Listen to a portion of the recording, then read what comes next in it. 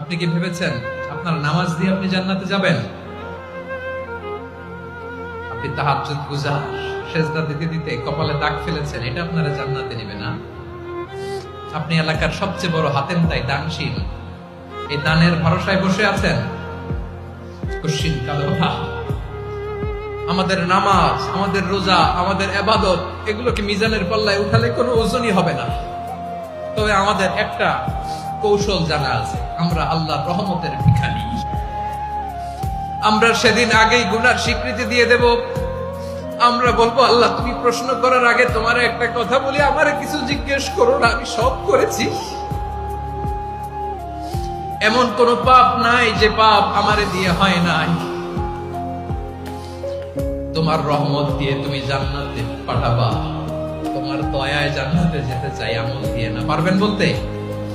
কিয়ামতের দিন আমরা বলবো, আল্লাহ আমার আমল দিয়ে জান্নাত চাই না, আমি তোমার দয়া দিয়ে জান্নাত চাই।